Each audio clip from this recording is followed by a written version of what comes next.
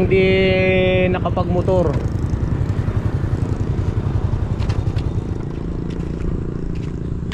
More than 2 months akong di nakapagmotor, mga ka-explorer. Natigil ako ng pagmumotor February 28. March, ano na ngayon, May 10 na ngayon, 2025. Na-miss ko ng dalawang buwan na higit ang pagmumotor.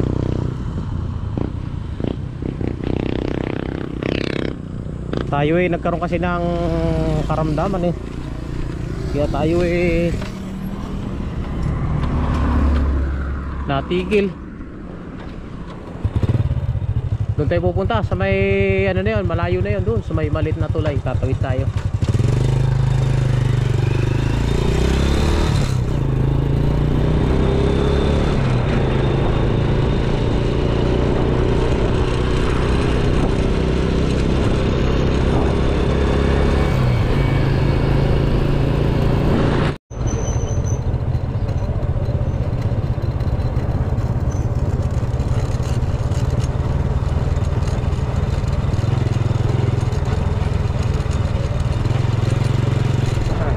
Nakasalubong natin yung mga nangangampanya dito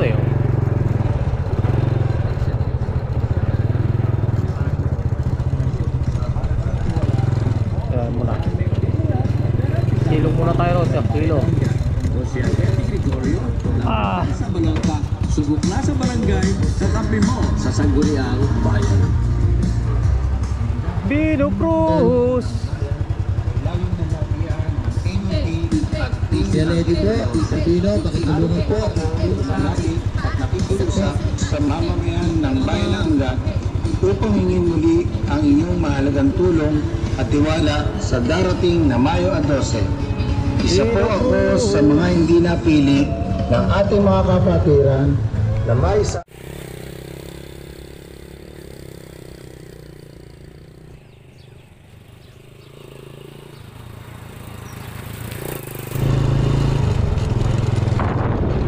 Sarap mamasyal sa bukid. Amoy bukid.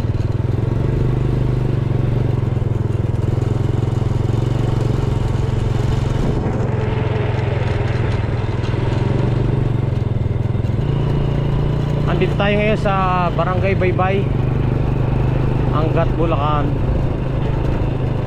Patungo tayo na ang Barangay Laog.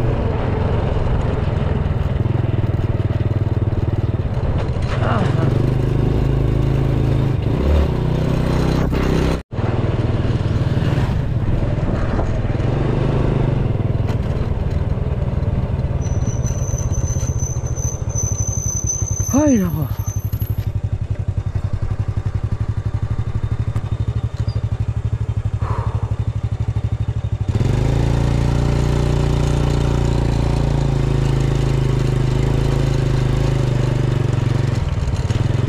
Katanghalian tapat tong ating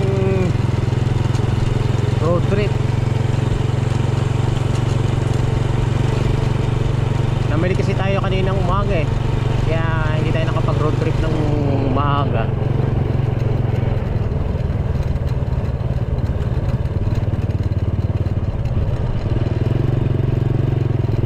Sarap mamasyal.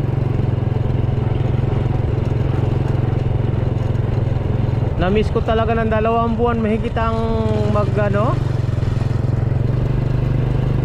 road trip. Nakakapag road trip din ako, kaso lang tricycle ang dala ko. Hindi ako nakakatakbo ng malayo, hindi pa kaya ng katawan ngayon medyo kaya na ng konti. Kaya nakakasimula na naman tayo ng layas.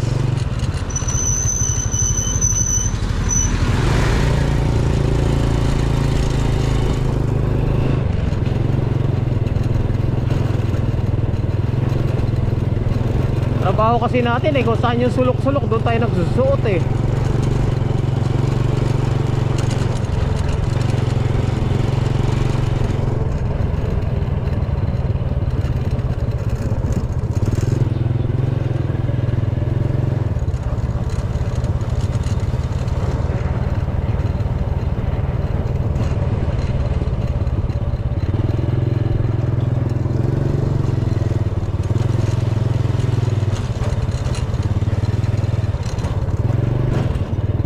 Dito mo lang tayo sa malapit guys. Hindi pa tayo pwede sa malayo. Hindi pa kaya ng katawan. Ramdam pa ang hina ng katawan.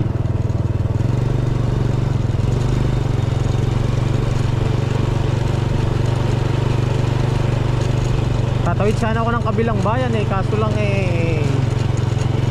naramdaman ko sa katawan ko hindi pa pwede. Nangihina pa. Huwag nating masyadong pilitin. Paunti-unti lang. Dito lang muna sa malapit ang travel. Namiss ko lang kasi talaga mag-single ng motor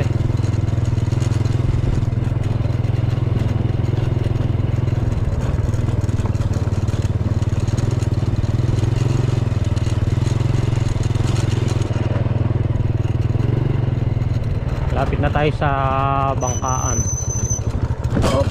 Po. Bangka lang yung sinasakyan ng tao dito para makatawid dito sa kabila. May mga naliligo. Yan yung riprap na yan. Diyan ako nagja-jogging tuwing umaga guys. Napapanood nyo sa video ko na lagi ako nagja-jogging tuwing umaga. Diyan yan sa kabila. Umikot lang tayo dito sa umikot ako pa ganon para makapunta dito kasi wala pang tulay dito ongoing pa lang yung tulay na ginagawa.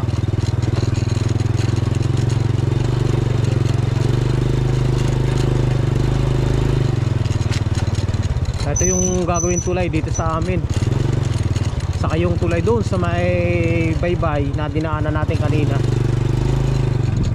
Ayan, yung mga equipment.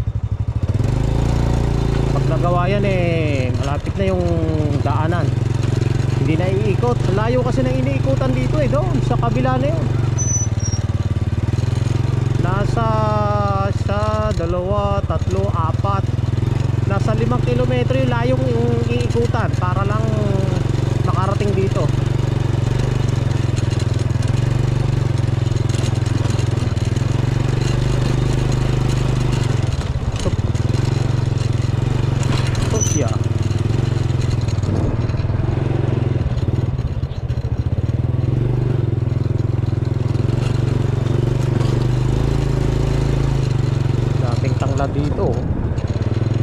Dito pala ako bibili ng tanglad pagka malabo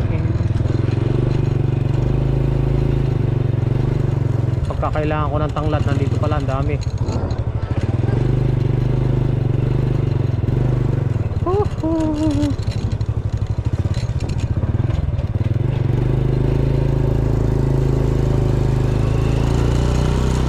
Bango. Sarap ng kalikasan talaga. Naaamoy mo.